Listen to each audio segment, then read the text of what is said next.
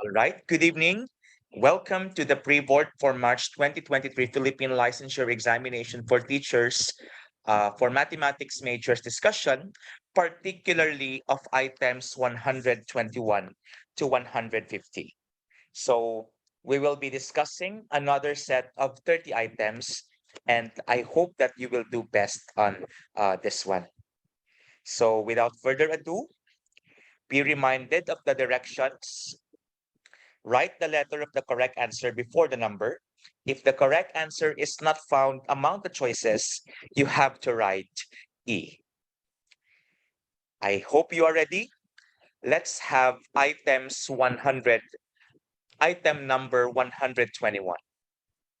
If x is an acute angle in degrees and sine x is equal to 5 over 13, what is cosine x? Did you go for letter A, 12 over 13? B, 13 fifths, C, 12 fifths, or D, 5 over 13s?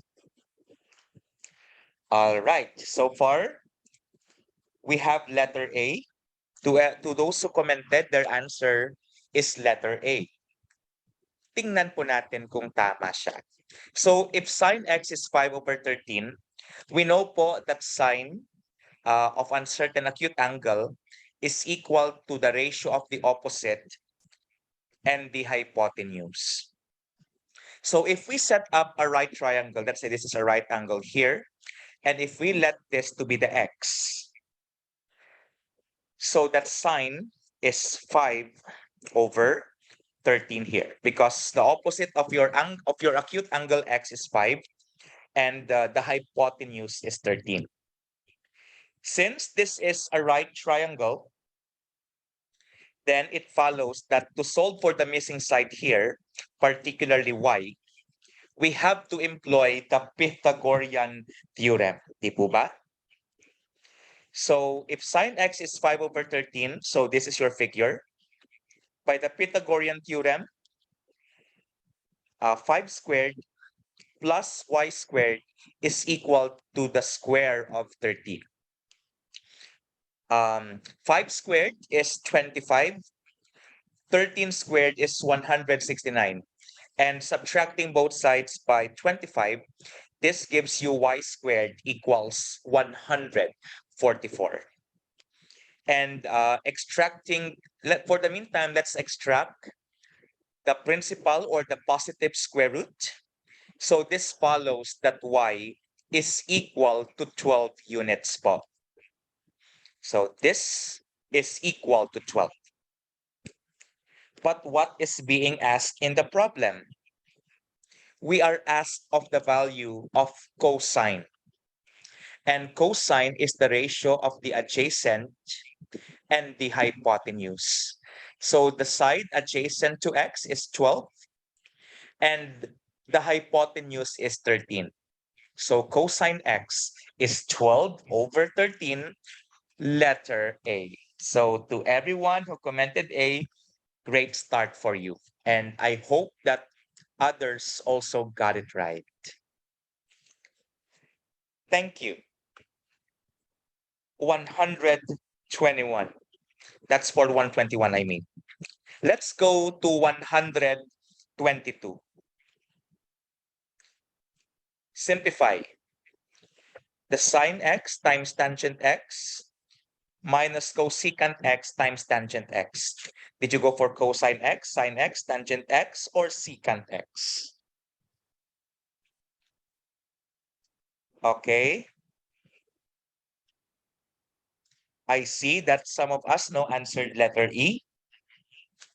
All right, let's see. Okay, so some answered E, some answered A. Let's see who got it right. So by definition, there are many ways of doing this.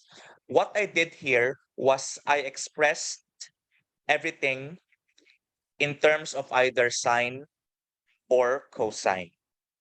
So sine x is already sine x. Tangent x is the ratio of sine x and cosine x minus cosecant x, by the way, is the reciprocal of sine. That's why this becomes 1 over sine x times the sine x over cosine x still here. And what I did next was I distributed the sine x here. So sine x times sine x will be sine squared x over your denominator, which is cosine x. And for this one here, the sine x over sine x will become 1. That's why what is left is minus 1 over cosine x. We could see that they are similar fractions, and we can actually combine them into a single fraction po. And the numerator will be sine squared x minus 1 all over cosine x. But we actually have an identity, and sine squared x minus 1 is equal to negative cosine squared x. And I copied the denominator, which is cosine x. Take note, 1 minus sine squared x, that's cosine squared x. But since we have sine squared x minus 1, its value is negative cosine squared x. You could derive this identity from sine squared x plus cosine squared x equals 1. And dividing here both numerator and denominator by cosine x, this actually gives us negative cosine x, which is not one of the choices. Hence, based on our instruction, the correct answer here is letter E. I hope we got it right po. Did you get my point, ma'am, sirs? Opo, sir. Yes. Okay. Salamat po. Let's proceed to 123. The following are equal to sine x except 1. Okay, take a look at 1 over cosecant x. Is this correct? Yes, sir. What? Letter A is actually correct po. Actually, B is not, and I will explain later how come. We have this, what we call this magic hexagon, and this helps us determine the truthfulness of your identities. So to do this, we have tangent followed by sine, cosine. Then at the opposites, we place the reciprocals. The reciprocal of tangent is cotangent, so they are placed in opposite. The reciprocal of sine is cosecant, and the reciprocal of cosine is secant. According to this hexagon, a certain function is equal to 1 divided by the function directly opposite it. So you see that sine is equal to 1 over cosecant x. This is actually correct. For letter C, there is a rule here that states that any function, as long as it's defined again, is equal to the product of its two adjacent functions. So yung adjacent function dito ay tangent at cosine. That's why for letter D, sine theta could be expressed as tangent x times cosine x.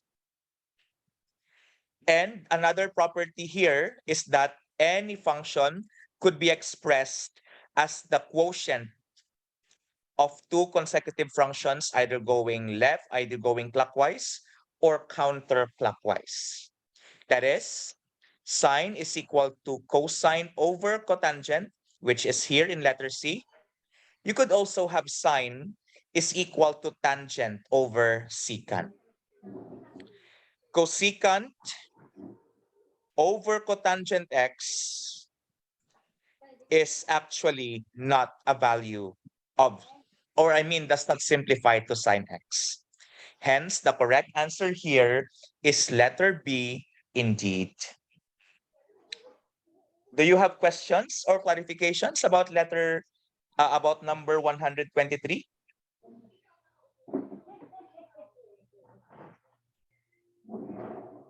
Okay, none.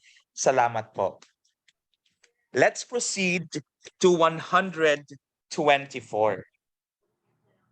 If x is equal to 10 degrees, what is the value of secant squared x minus tangent squared x? Did you go for 1, -1, 0, or undefined? Okay. In this case po, may I ask, how did you find out na letter A po yung sagot? Identity, sir. Exactly, no? You can use the identity, or you could directly plug in the value of x, which is 10, right? Diyan yung sabi ni Sir Kim. Or you could also use the identities. So, if you wish, no, you are familiar, hopefully, of the secant squared x is equal to 1 plus tangent squared x. Since our goal is to derive secant squared x minus tangent squared x, you could subtract both sides by tangent squared x. And that gives you secant squared x minus tangent squared x equals 1. Letter A. Okay, so to everyone who answered A, good for you. Congratulations. 125. From a point on the ground 47 feet from the foot of a tree, the angle of elevation of the top of the tree is 35 degrees. Find the height of the tree to the nearest foot. Who goes for A, 27, B, 33, C, 38, or D, 68? All right, Sir Kim, Sir Jason, Sir Jonathan, Sir PJ, Ma'am Donna answered letter B. In this particular trigonometry problem, it is very important to set up your triangle. In this case, it is safe to assume that the tree is perpendicular with respect to the ground. If we draw the figure, it would look like this. No? So, mula sa base ng tree hanggang sa observer, yung layo niya ay 47. At saka yung line of sight ng observer to the top of the tree, this angle of elevation is 35 degrees. And since we are looking for the height of the tree, which is this, we don't know it. Let's call it x. Now, ito po yung tanong. Di ba ito po yung theta natin, yung acute angle natin? Okay, ano po? Tell me if it is adjacent, opposite, or hypotenuse po yung given. Ano po itong x na to in relation to your 35 degrees? Opposite po, yung X. Opposite. Tama, opposite po yung x. How about si 47 po? Ano po siya? Adjacent. Adjacent. Okay, so sa lahat po ng nag-chat, thank you po. So ito yung opposite, ito yung adjacent. So tell me po, what function, what trigonometric ratio ang alam nyo po na nagko-connect sa opposite at saka adjacent? Tangent? Tangent. We can use tangent, right? Yes po. Yes, sir. So therefore, that's why I set up the equation tangent 35 degrees equals opposite x, which is x, over your adjacent, which is 47. And since our goal is to solve for x, we will multiply both sides by 47 to clear off fractions. That gives you 47 times tangent 35 degrees equals x. And if you plug it into your calculator, what do you get po? You will get a number that's approximately 33. Is it fit po, no? Fit nga po ba yun? I guess. So the correct answer indeed is letter B. So 33 nga po. Okay, so congratulations to those who got B. But if not, it's still a learning experience for us. Nakuha po natin? Pwede din, sir, laws of sign gamitin, sir, no? Po? Laws of sign. yung law of sine, sir, pwede. Sine over But in sine 35 over x is equals to sine yung 65 over kung gusto mo 47. siyang kung gusto mo siyang gamitin, sir, ito 47 over sine of this is 55. Yes po. 55. 47 over Yes, sine 55. 55 equals x over sine 35. Pwede din po. I'm still but did you still get approximately 33 po? Hindi ko po Did you get na-try. this? Nakita ko lang na Okay. pwede pala sine. So pwede po. Yes. So law of sines pwede din. Yes po. But in my case, dahil right angle lang naman siya, I could use the concept of the tangent here po. Using the ratio rather, the tangent. Okay, thank you. Okay, Sir Jonathan said possible po. Okay, salamat po, Sir Jonathan, sa pag-confirm. 126. On a windy day, take a look at that. A 90-foot rope tightly secures a hot air balloon to a stake in the ground. From the balloon, the angle of depression of the stake is 62 degrees. Find to the nearest foot the height of the balloon, assuming the wind to be constant. Did you go for 42, 64, 79, or 81? Okay, so we have 4 gentlemen so far, and Ma'am Donna answering letter C. Tama nga ba si C? And anong function kaya ang pwedeng gamitin? And let's see, no? So from this one, you are asked, find the height of the balloon. So yung hinahanap po natin is ito po. Gaano kahaba ito? Assuming that this is 90 and this angle is 62. So to solve this problem, tandaan po natin this is a horizontal. This is also a horizontal line. And if you connect this segment acts like a transversal. And this angle acts as alternate interior angles. And we know po that if these two lines are parallel, then alternate interior angles are congruent. So this follows po that if this is 62 degrees, this should also be 62 degrees. And now you have your acute angle, 62 degrees. With respect to 62 degrees, tell me if it's adjacent, opposite, or hypotenuse. Ano po si Y?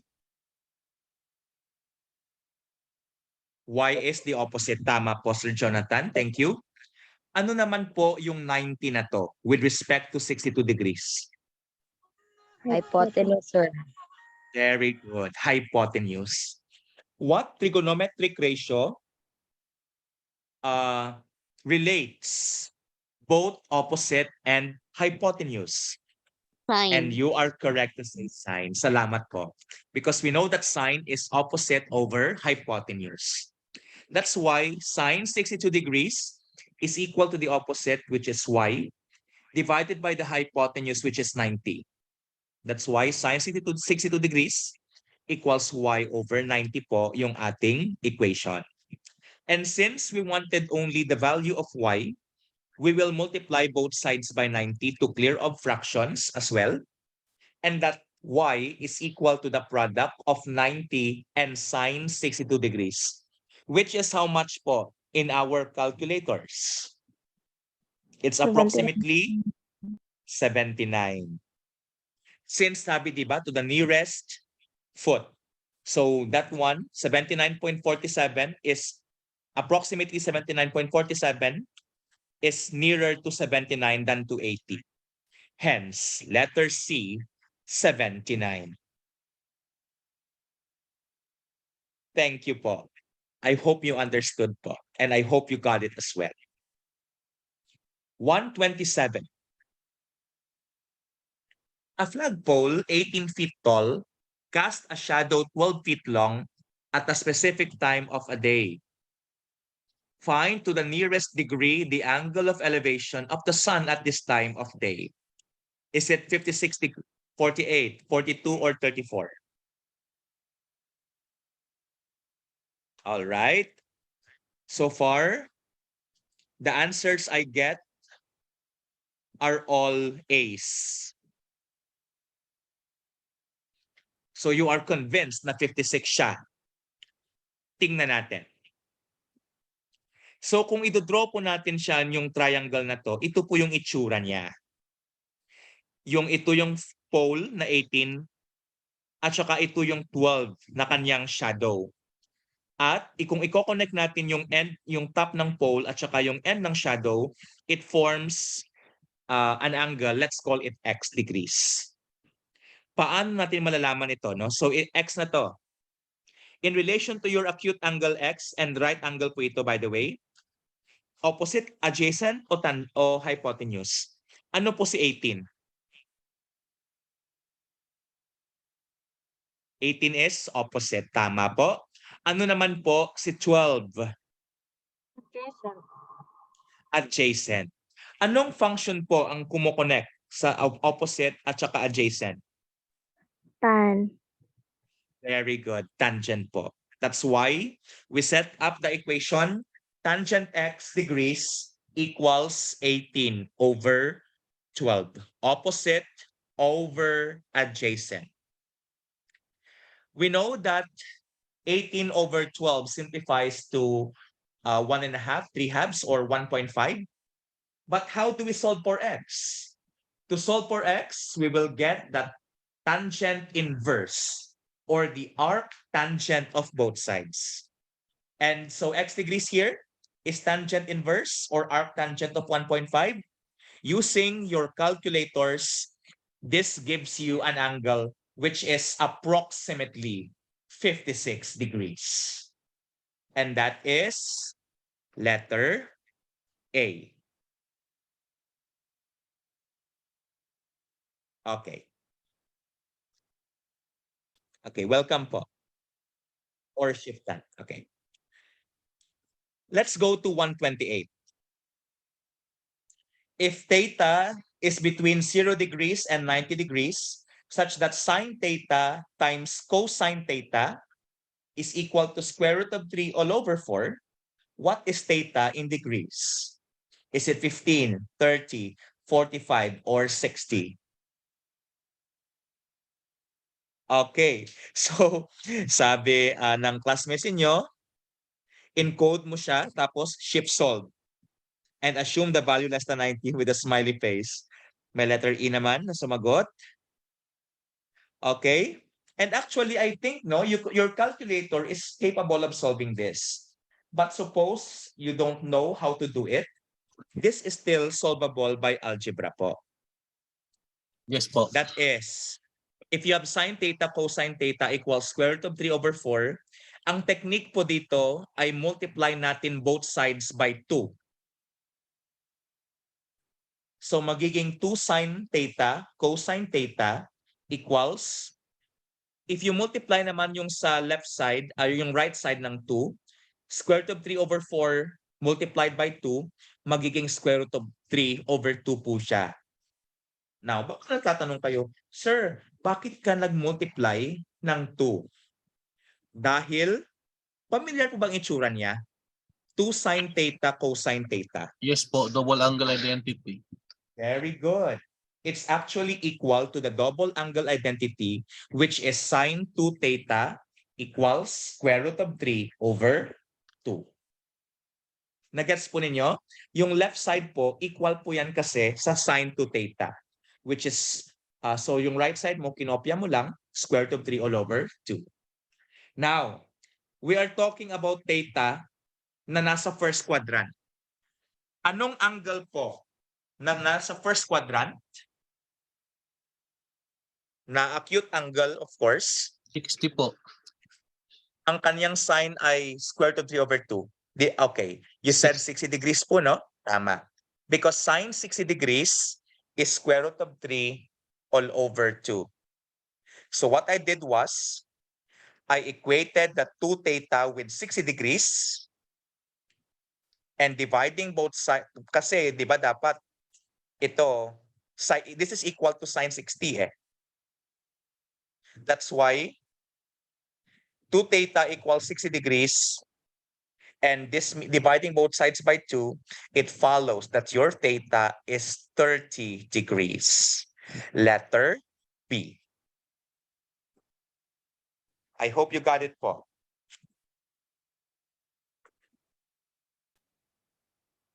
Sir, yung pipiliin talaga sir is letter B kasi kung sa sino yung nakauna daw sir, is yun daw yung pipiliin.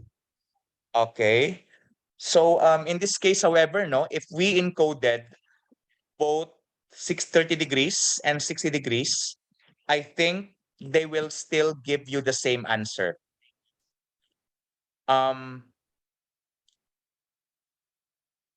So that's why, sige po, we will accept B or D in this case na lang po. Or if you Sa board answered E, Ah, sige, okay lang po for the meantime. pero sa board exam po sir is letter B yung pipiliin daw. Kasi Mm, sino yung okay. Kung ano yung mas nauna po? Yes po, yan po yung sabi sa amin sa review center po. Kung may magkaparehas po sa sa choices po, choose the sino po yung kauna na daw, yun daw na pipiliin. Oh, sige po. Okay po, noted po. Thank you. Sir, I think I agree with that sabi rin po sa amin, sir. But I think it depends sa question, sir, kasi I have encountered a concept na magkapareho po yung sagot, sir. But it refers to variables, sir. Same sila ng variables and coefficients. But in this case, I think it's a different one kasi we're referring to degrees, sir.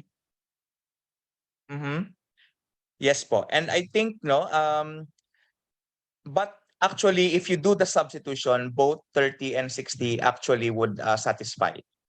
So both of them are actually correct in this case. And because anyway, they satisfy all the conditions, they are all acute angles, they are both located in the first quadrant. So yeah, we could accept boy or dog for now. Okay po. May we move on po?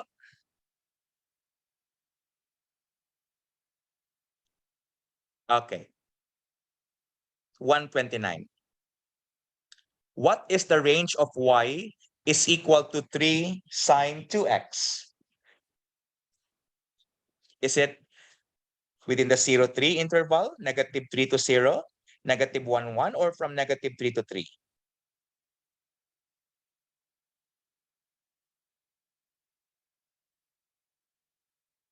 Okay, so the answer of your classmates is T, -3 to 3. And actually, if you are keen enough, it's one of the properties that if you have y is equal to, say, b sine x, sine ax, for example, then your amplitude is from -3, from negative b to positive b. So here the 3 is the amplitude, no? So it looks like this po if you do the graphing. This is the graph of y is equal to 3 sine 2x. So if you could see po, 3 yung amplitude niya mula dito, 3, at saka pababa, 3 units din po yan. And you could see that the y coordinates ranges from -3 all the way until +3. That's why the range here is letter D. It's the closed interval from -3 until 3. I hope it's clear po sa atin. Salamat po.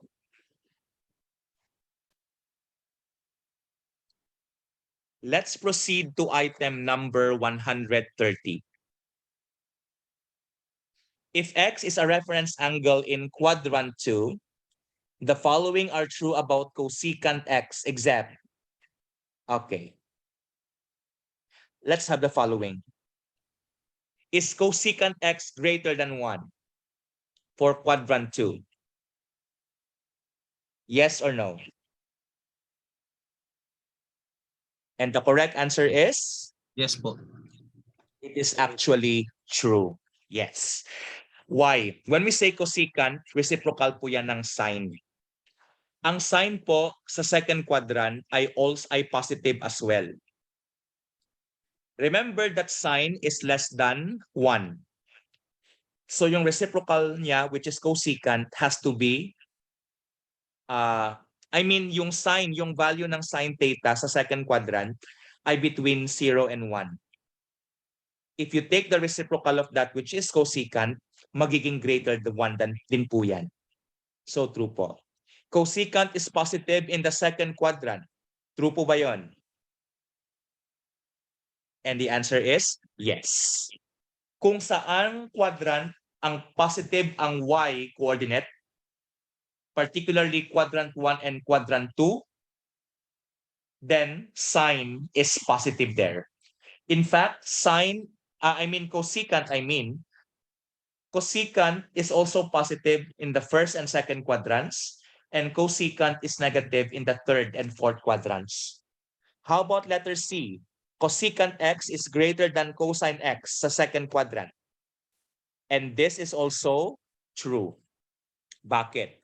Ang cosecant x sa second quadrant ay positive. Ano naman yung cosine x sa second quadrant? Positive ba ito o negative?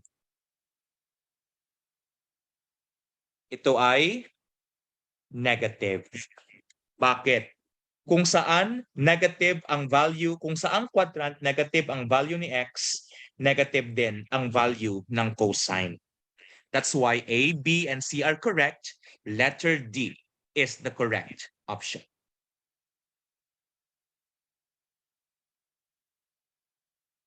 (131). Okay. Analytic geometry. Which of the following is the standard form of a circle centered at the origin? Take a look at these forms. I hope you are familiar with that. Di daw, sabi ng so far, ng 4 na nag-comment sa ating chat. Okay, what do you call this? This is what you call the equation of a circle with center HK. This is what you call the standard form of a circle with center HK. Ano naman po yung tawag sa x squared over a squared plus y squared over b squared equals 1? Ellipse ba yan, This sir? is, Hyperbola o ellipse? Ellipse ata. ito ay ellipse po. Tama. Ito po yung form ng ellipse natin. How about yung letter C po? Anong tawag dito? Distance lang yan, sir, ng line. Distance between? It's a distance formula between 2 points. So the correct answer here is D po. X squared plus y squared equals r squared. This is the equation of the circle centered at the origin and with a ratio, with a radius that is greater than 0, for example. Letter D. Okay. 132. The endpoints of a circle's diameter are 3, 7, and -5, 1. What is its area in square units? Did you go for 25 pi, 50 pi, 100 pi, or 125 pi? So, alam po natin yung diameter. Ang tanong, yung endpoints ng diameter. Ang tanong po is, paano natin makukuha yung length ng diameter at saka yung length ng radius? So, we can use the distance formula. Tama po. We can utilize the distance formula to determine the length of your diameter. So with such, by substitution, D is equal to the square root of the square of -5 minus 3 added by the square of the quantity 7 minus 1. -5 minus 3 is -8. 7 minus 1 is 6. So it becomes like this. The square of -8 is 64, and the square of 6 is 36. So the radicand simplifies to 100, and the length of your distance, the distance between these two endpoints of your diameter is 10 units. And kung ano man po yung length, ito po, yung length ng diameter mo ay 10 units. So, how long is your radius? Your radius is 5 units because anyway, the radius is 1/2 the length of your diameter. From here, we know that the formula for the area of a circle is pi r squared. And with that, substituting r with 5, that's pi times 5 squared.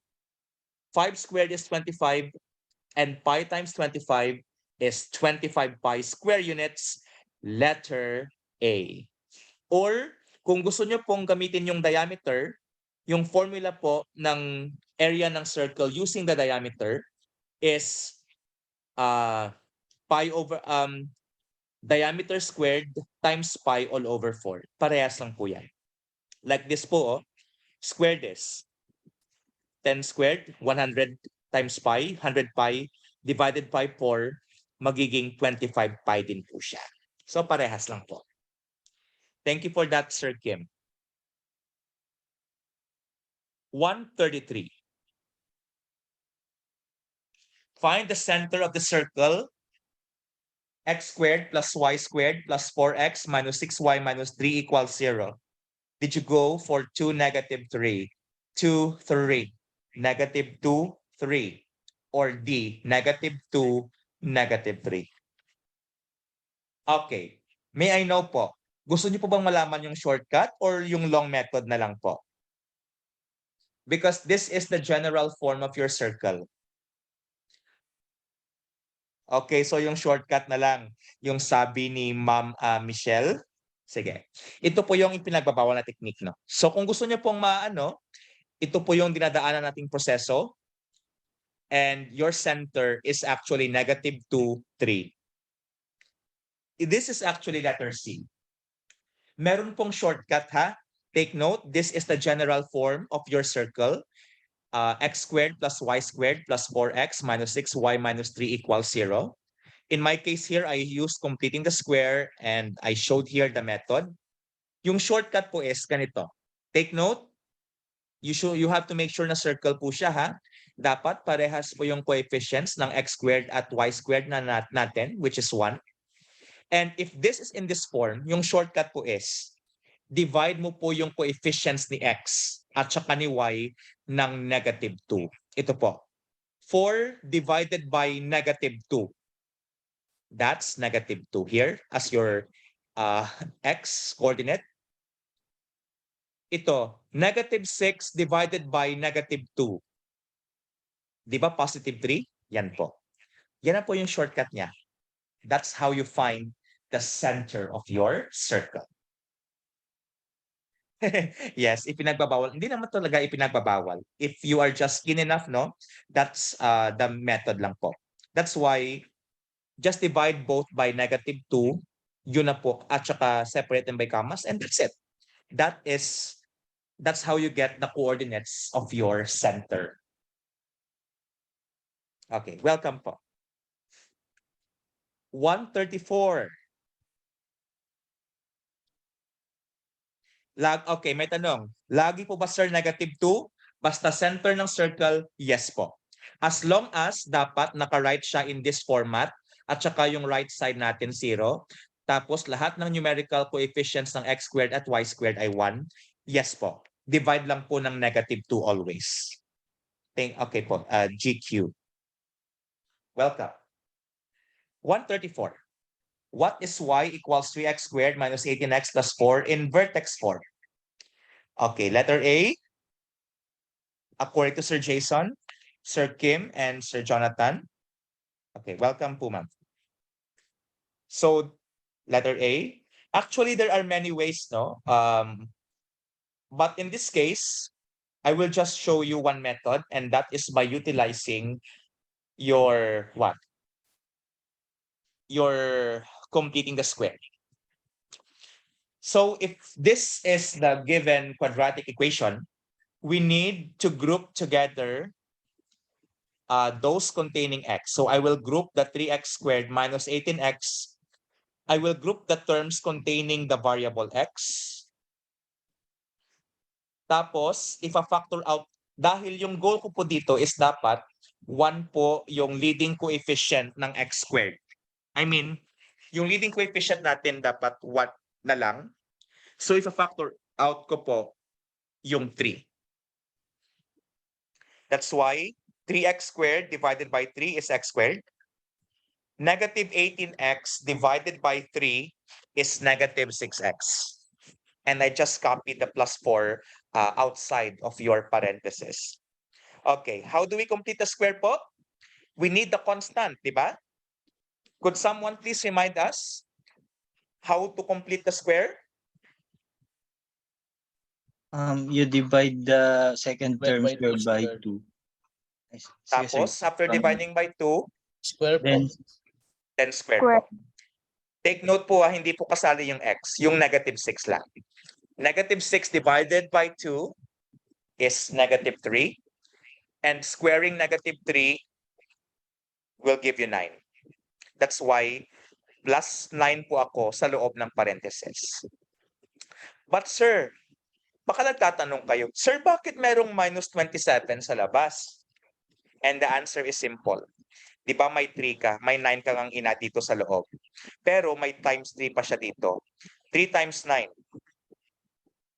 That's 27, di po ba? Pero, since you are working only on one side and to counteract positive 27, we need minus 27. Okay, and then you could actually express x squared minus 6x plus 9 as the square of x minus 3. And 4 minus 27 is negative 23. Hence, the vertex form now is y is equal to 3 times the square of the quantity x minus 3 minus 23, letter A. So to everyone who answered A, great job. Congratulations. Okay.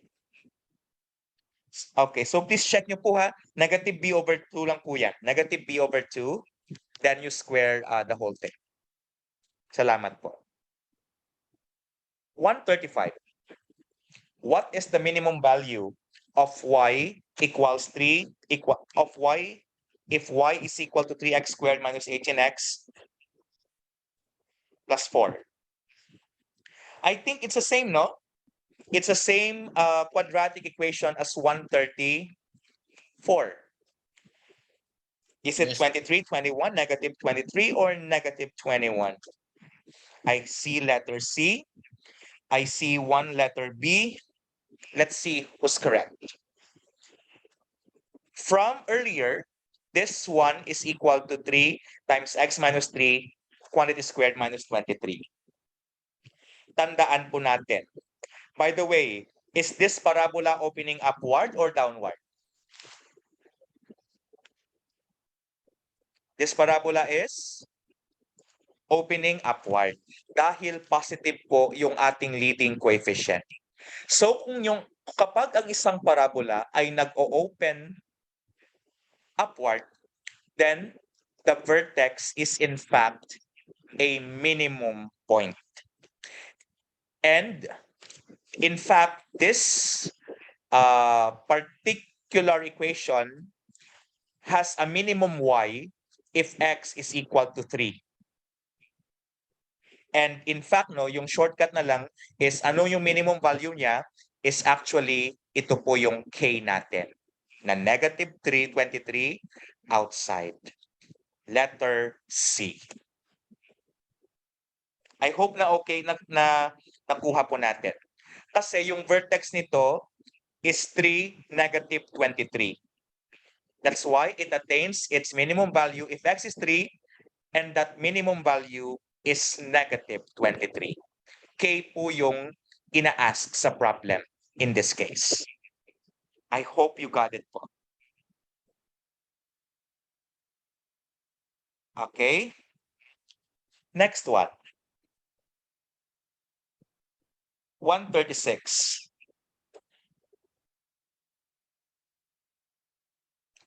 This line passes through the vertex of the parabola and it divides the parabola into two equal parts. Is it axis of symmetry, focus, directrix, or latus rectum? Okay, I see. You answered axis of symmetry. Let's see if you're right. If it's here, a parabola is a set of all points in a plane which are an equal distance away from a given point and the given line. The point is called the focus of the parabola, and the line is called the directrix. In fact, if you have, say, if your parabola opens upward here, then this line, which passes through both your vertex and your focus, in fact, divides the parabola into two equal parts. And take note, this vertical line for this case is what you call axis of symmetry. Letter A. Very good.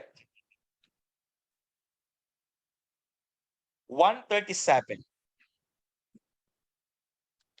Write the equation of an ellipse with center at -2, 1, with a horizontal major axis of length 10 units and the minor axis of length of 8 units. Did you go for A, B, C, or D?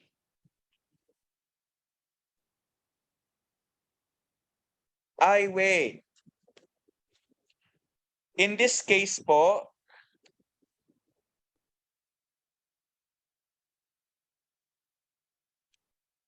I think there's no picture, no? We cannot tell. But remember, but be careful po. It says horizontal major axis of length 10 units. So I'm expecting po na parang ano siya, anong tawag dito? Na parang pahiga yung parabola. Kasi yung horizontal major axis, so mas mahaba siya horizontally kaysa sa vertically. So meron pong sagot dito ata. So ito po, kasi yung major axis natin, di ba, is horizontal, so mahaba po ito. Ito po is less than, the length of this is less than the horizontal, this one, the horizontal thing here. Yeah, it's parang donut na oblong. Parang ganon. And remember po, your center is 2, -1. Your A is 5 and your B is 4. Bakit ganon? Kasi to get the length, the value of your A, it's actually half of this. Sa ating case, 10 ito eh. That's why yung A natin ay 5. Ito, sa ating case, this is 8. That's why 8 divided by 2, your B, your minor axis, has a length of 4 units.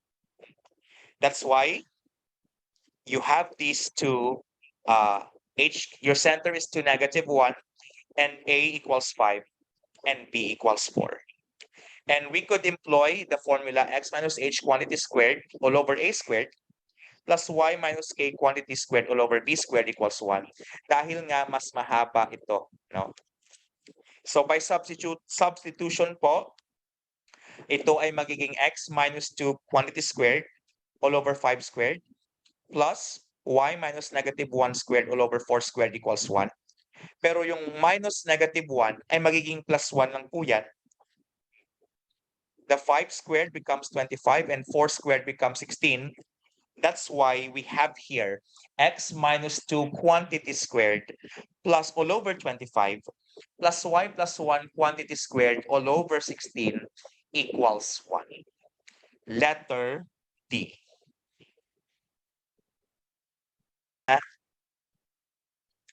Okay, I stand corrected.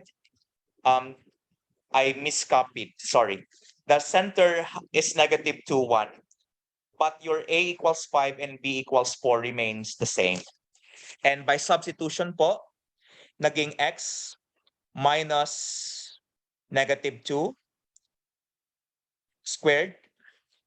Tapos yung numerator dito ay magiging y minus 1 squared.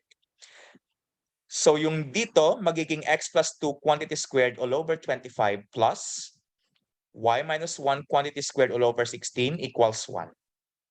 So I stand corrected. It should be letter A. Sorry for the inadvertence, no? Mali po yung kopya ko. I hope you understand. Questions po? Okay, none? Salamat. 138. Find the equation of the ellipse as shown. Did you go for A, B, C, or D? Bale po, yan ang walang sponsor, walang sa PDF. Ata. Ewan ko kung sa akin lang, sir. Okay. So find the equation of the ellipse as shown. So if you could see from this particular figure, it appears that the center of your ellipse is the origin or the point 0, 0. Ito po, no, kung makikita po natin mula dito, para mahaba ito. This is 6 units. So 2A, so ito, this is 3 units. From the origin going to here is 3 units. Ito naman po, this is 4 units. And ang half nito ay 2 units. And since mas mahaba po ito kaysa dito, so your A is, you have, this is your main axis, no, yung major axis mo. I mean, this one from here to here will be 3. Ito po yung B natin, which will be 2. And your HK is the point 0, 0.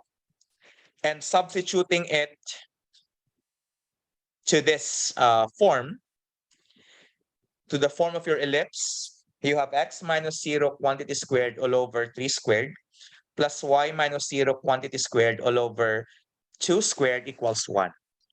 Your numerator here, no, simplifies to x squared all over 9 plus y squared over 4, which is 1. The correct answer here is B. However,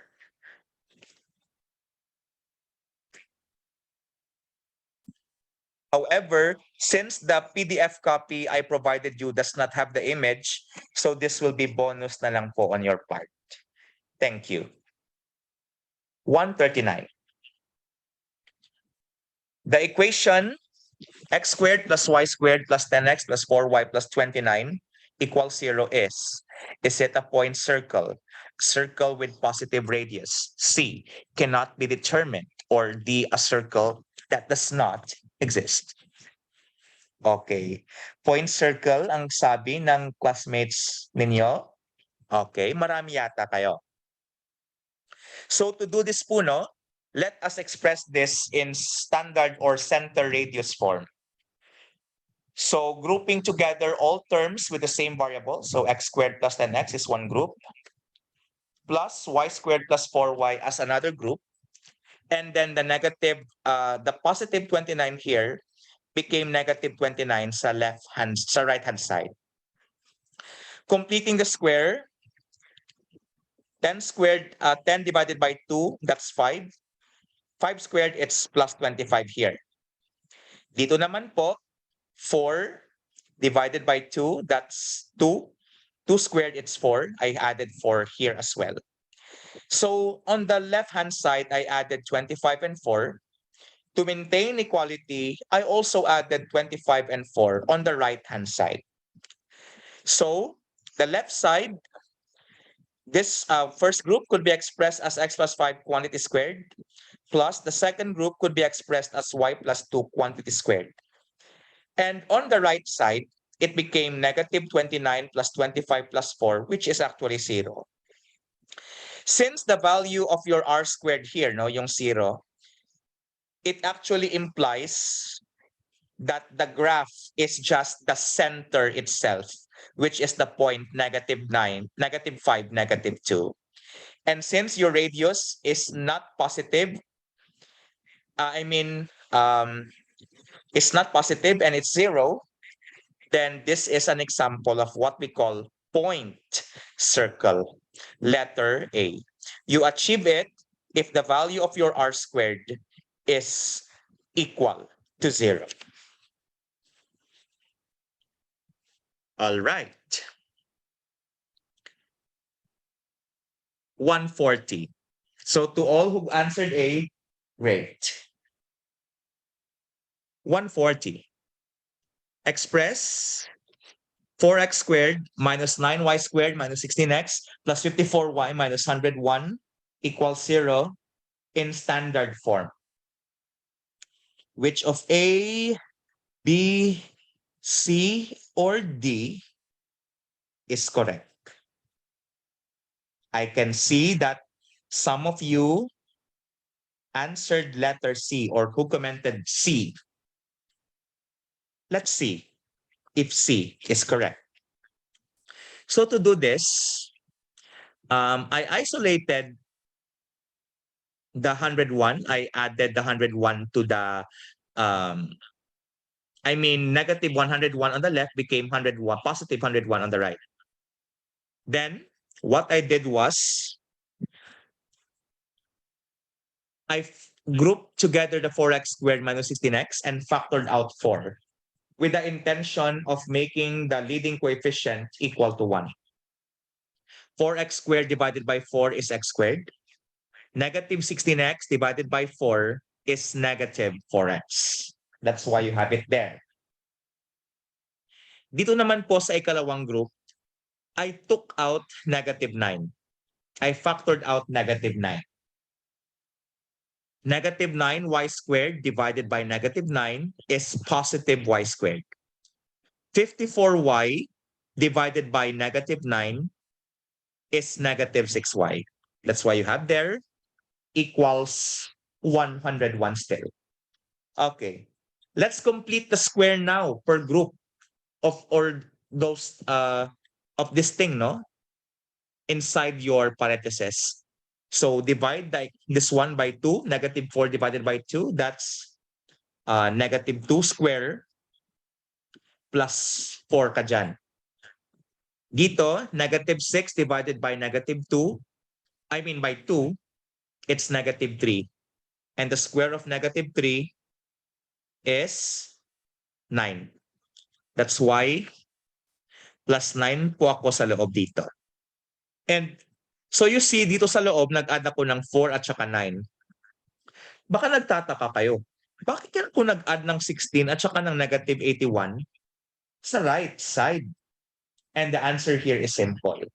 Take note po, mayroon ka pong number dito na 4. 4 times 4, 16. So that's why nag-plus 16 po ako dito. Dito naman po, negative 9 times 9, it's negative 81. Dahil right side ito, minus 81 din. Dapat parehas po yung ina-add nating terms. So, I copied here the 4.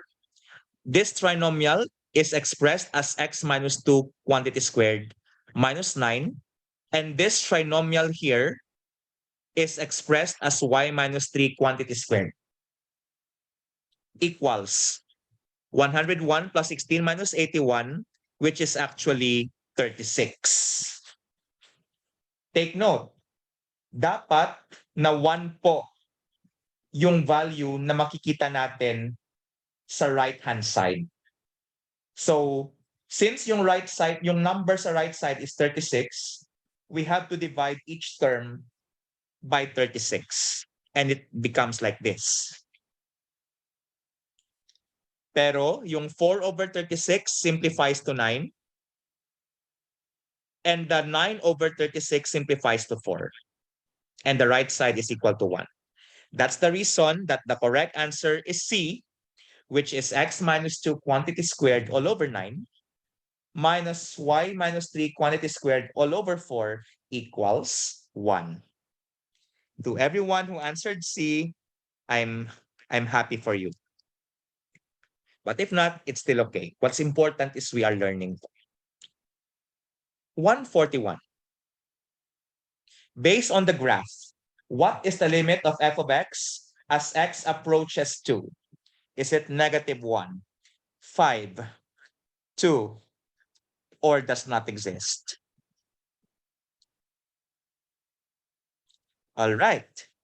I can't help but see that many of you answered, some of you answered letter A. And is A correct? Tingnan po natin. So to answer this question, let's first ask ourselves, based on the graph, what is f of 2? What's f of 2 po? When we say f of 2, ano yung value ni y if x is equal to 2? Di ba ito yung x mo na 2? Ano yung y niya? -1 po. -1. So f of 2 is -1. Next, what is the value of the limit of f of x as x approaches 2 from the left? Take note, kung minus symbol po dito, it means from the left. What's the limit of f of x as x approaches 2 from the left? So, ito po si 2. Pero kung mula ka sa kanan, mula ka sa kaliwa, approach mo si 2. Anong value ng y na ang ina-approach niya? -1, di po ba?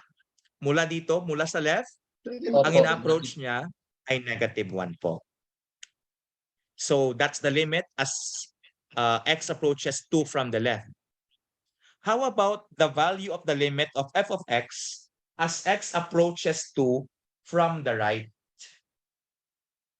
Mula ka sa kanan, papunta ka sa 2. -1 Ano pa rin. po? -1? Take note, ito po yung 2 din po ito eh. Dito, 2 din ito. Yung x mo dito. Mula ka dito, palapit ka ng palapit sa kanya. Remember, x is equal to din po. Take note, approach it. It's not necessary that you reach 2, but as you approach 2 mula sa kanan, anong value ng y ang parang ina-approach niya? 5. 5 po, di ba? This is 5. So therefore, the limit does not exist. Bakit the limit does not exist? Kasi equal nga yung f of 2 sa limit as x approaches 2 from the left. But since iba yung value as x approaches 2 from the right, dapat kung ano po talaga, dapat kung finite po, kung may isang value talagang ina-approach, dapat same value po yung ina-approach nila. Dahil iba pong value yung ina-approach nila, parehas dito pero iba dito, so wala pong limit. As in general, as f of x approaches, the limit of f of x as x approaches 2 does not exist po. Letter D. Kung ito yung kanyang ina-approach ay -1 din sana from the right at nagpareho silang lahat, nagtugma silang lahat, so nag-exist po talaga yung limit. Pero hindi eh. So walang limit po dito. Careful po ha. Careful po. 142. Evaluate the limit of 1 minus cosine x all over x squared as x approaches 0. Did you go for -1, -0.5, 0.5, or 1? All right, I see C's. Let's see if you hit the spot. Okay, if you have this equation, you could actually see po, no? If you evaluate this directly at x equals 0, cosine 0 is 0, is 1. Magiging 1 minus 1, magiging 0 po yung numerator. Yung denominator natin, 0 squared will be 0. So 0 over 0, which is an indeterminate form. Ngayon po, kung meron po tayong indeterminate form na 0 over 0, we could actually use L'Hopital's rule. That is, kunin po natin yung derivative ng numerator at yung derivative ng denominator. Yung derivative po ng denominator natin, yung derivative ng 1 ay 0. Yung derivative po ng negative cosine x is positive sine x. At saka, yung derivative po ng denominator natin na x squared ay 2x po, di po ba? Now, substitute mo po uli yung 0. Sin 0. Ilan po yung sin 0? Sin 0 is 0. How about 2 times 0? It's still 0 po, di po ba? That's why it still gives you 0 over 0, which is another indeterminate form. So you could apply L'Hopital's rule again.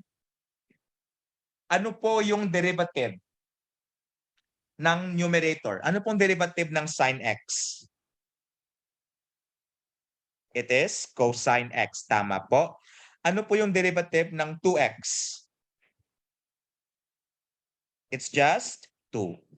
So nagiging, employing L'Hopital's rule gives cosine x all over 2 as x approaches 0. Try po natin. If x is 0, what is cosine 0? Cosine 0 is 1. So this, evaluating at x equals 0, gives 1 over 2 or 1/2 or 0.5. Letter C. I hope na nakuha po natin yung tamang sagot using L'Hopital's rule. This is actually very helpful, no? If ever you have expressions like 0 over 0. Salamat po. 143. Evaluate the limit of 10x cubed minus 2x squared plus x minus 5 all over 2x cubed minus 8x minus 1 as x approaches infinity. 5, 10, infinity, or does not exist.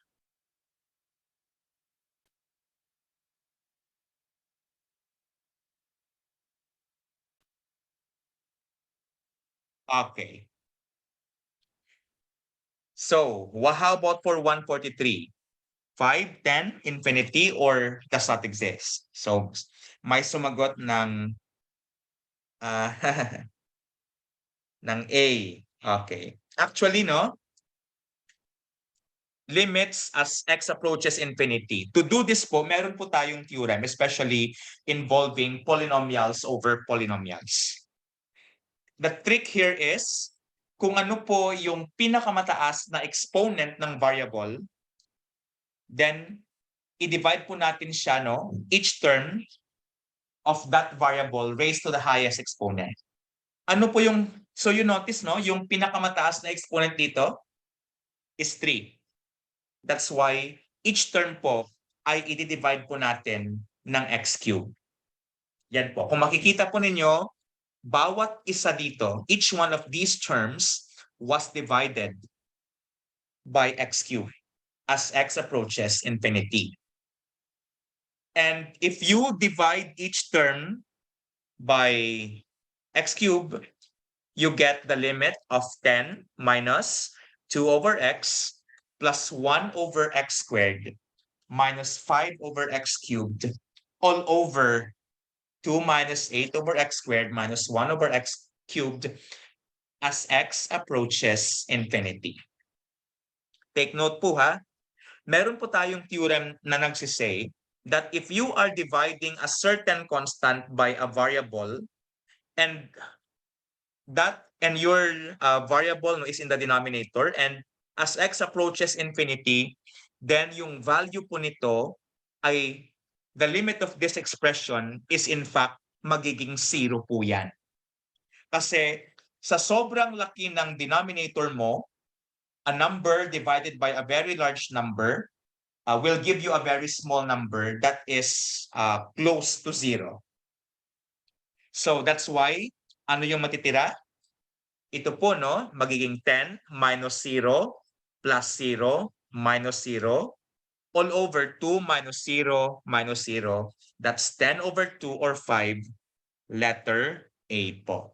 Yung tamang sagot. I hope na nakuha po natin. And to make the long story short, if you have a polynomial over polynomial and as x approaches infinity, at kapag same degree po sila, divide na lang po yung kanilang leading coefficients. 10 over 2. 5. Yun na po yun. Okay. 144. By the way, do you have any questions or clarifications?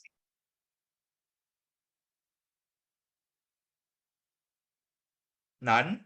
Okay. Thank you po. Differentiate y equals e raised to x times cosine x squared. Which of A, B, C, or D did you answer?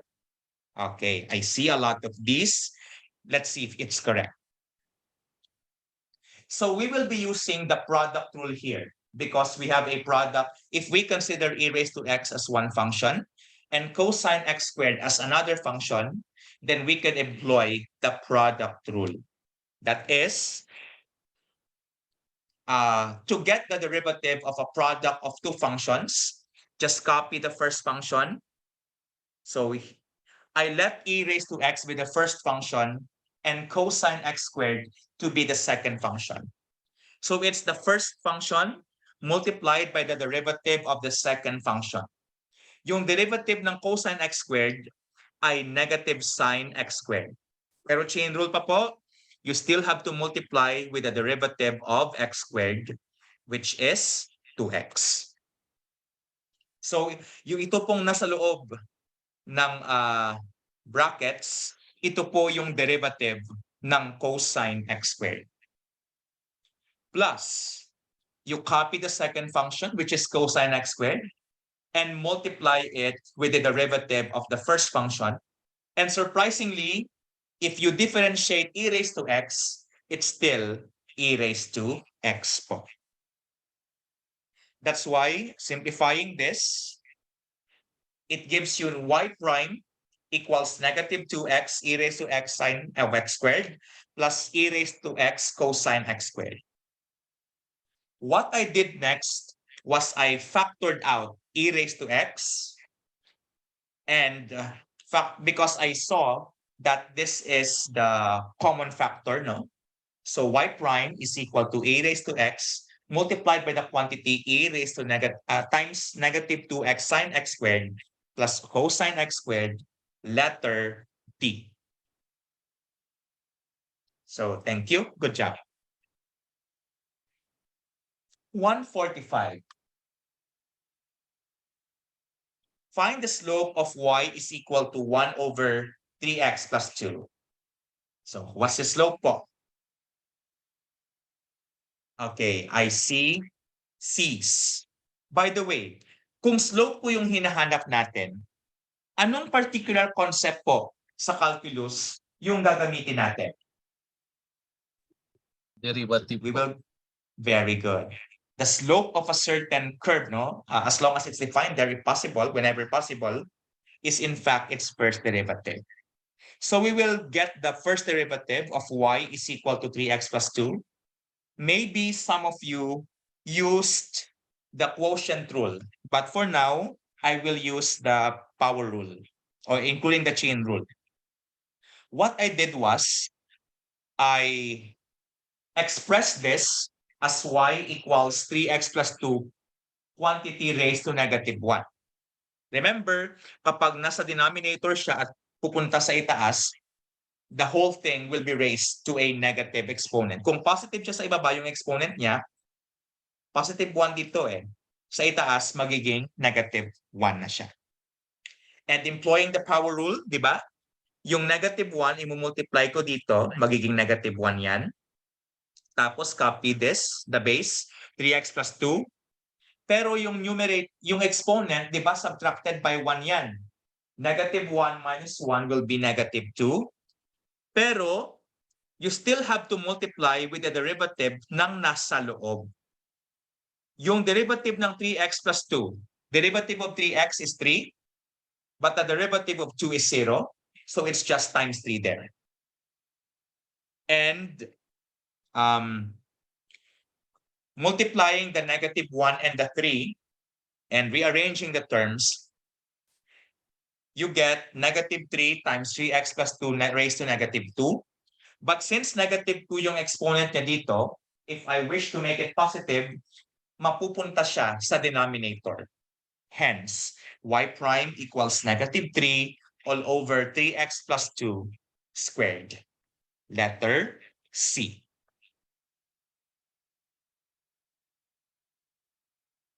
All right, so marami pong nakakuha.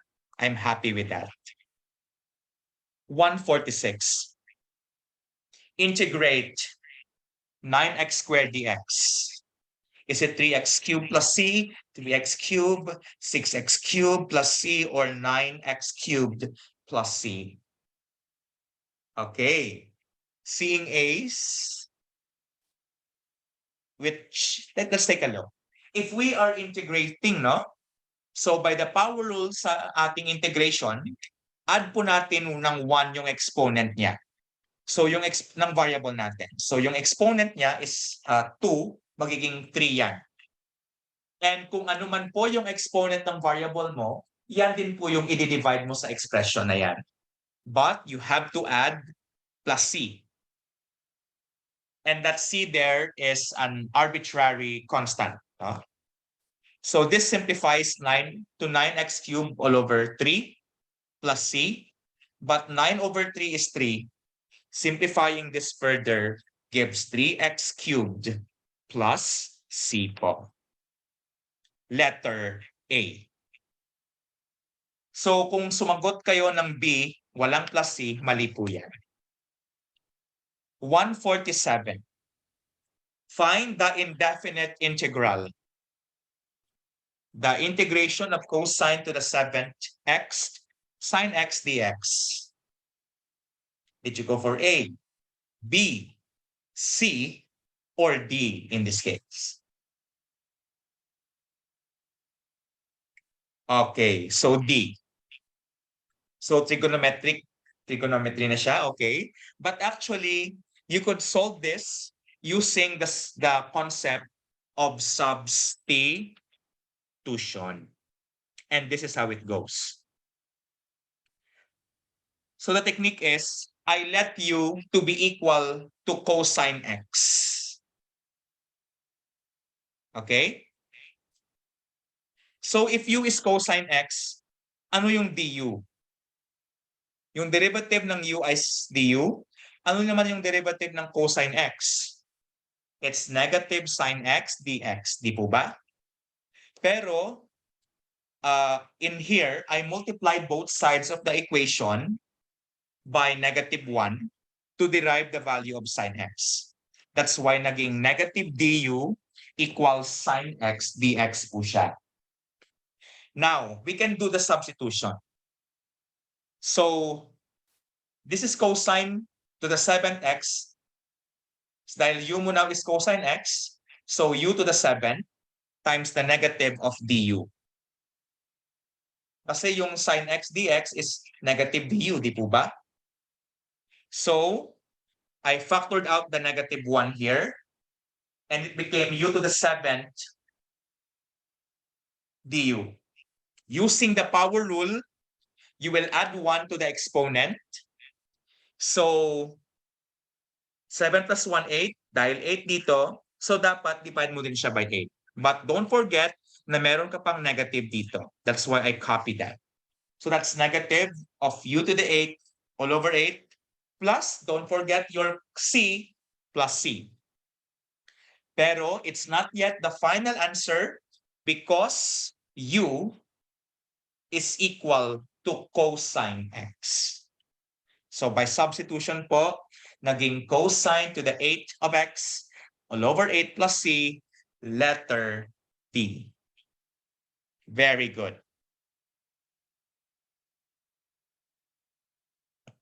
(148). A certain function has a slope of 3x minus 4.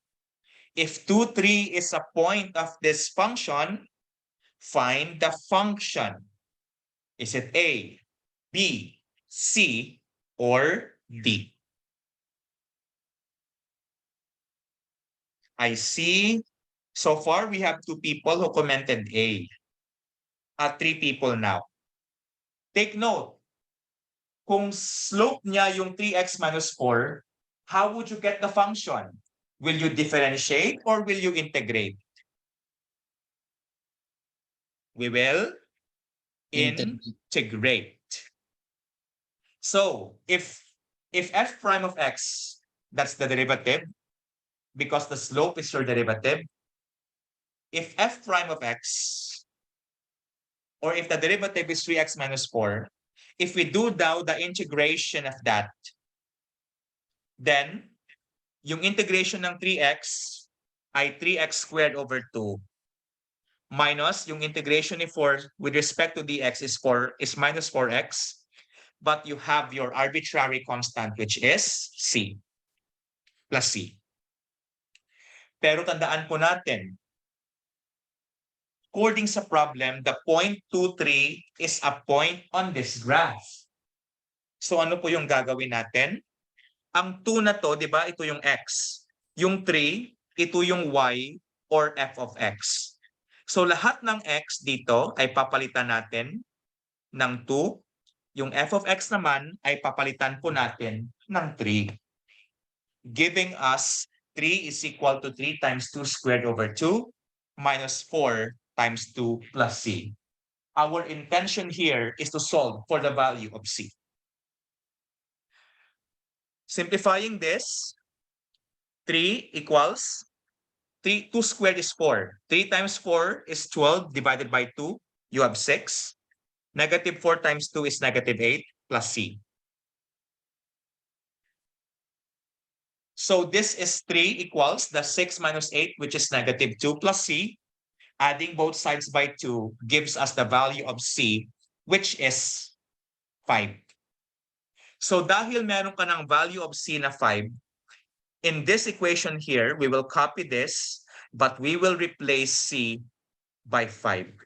Hence, you have f of x is equal to 3x squared all over 2 minus 4x plus 5. Letter A. Wow. I'm quite happy and impressed that many of you, that some of you got it right. Hopefully na marami. 149. Integrate ito. Ito yung masaya. Integrate x plus 4 all over x squared minus x minus 2. Basic daw. Okay, that's good to hear.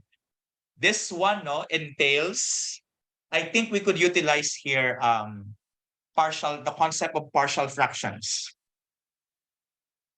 I could see a lot of these. Let's see. So if you have this, first, if you could notice, you have a binomial over a trinomial. The technique here, you cannot employ u du, because if you let the denominator to be u, you cannot derive the numerator to be x plus 4 as your du. So it's good if we have the concept of what we call partial fractions.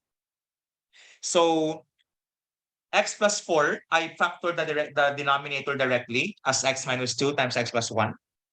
And since you have two factors here, and they are both distinct, so we could express this as a all over x minus 2, which is one of the factors here sa denominator, plus b all over x plus 1. We can do this because there are no repeated factors sa ating denominator. Now, our goal is to determine the value of a and b muna. So yung technique po na gagawin natin is we will multiply both sides with the LCD, which is x minus 2 times x plus 1. Doing such, multiplying both sides by x minus 2 times x plus 1 gives you the x plus 4 only on the left-hand side. And for the right-hand side, it will become a times x plus 1 plus b times x minus 2. So, now we can solve. Okay, tingnan po natin. Ito po yung technique. Ano po yung roots dito? Anong value ng roots natin? Sa denominators lang. Magiging 2 ito, no? 2 and 1. Ito, 2 and negative 1, sir. 2 and negative 1. The technique is, let x be the roots. Let's start with negative 1. If x is negative 1, lahat ng x dito ay papalitan natin ng -1. It will be -1 plus 4 equals A times the quantity -1 plus 1 plus B times -1 minus 2. -1 plus 4 simplifies to 3. -1 plus 1 here is 0, and A times 0 is 0, so never mind. B times -1 minus 2 is -3, times B, it's -3B.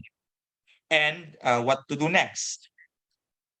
So 3 equals -3B. Dividing both sides by -3 gives us -1 as the value of B. Sabi nyo, 2 ang isang root sa denominator. So if x is equal to 2, with the intention of substituting here, it will be 2 plus 4 is equal to A times 2 plus 1 all over, plus B times 2 minus 2. So you see, no, na yung B, yung 2 minus 2 magiging 0 ito. B times 0 is 0.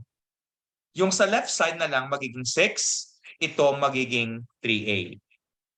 And A, dividing both sides here, by the way, by 3, gives you A is equal to 2. Dahil meron ka ng values ni A at saka B, we can now substitute it here. A will be 2, B will be -1.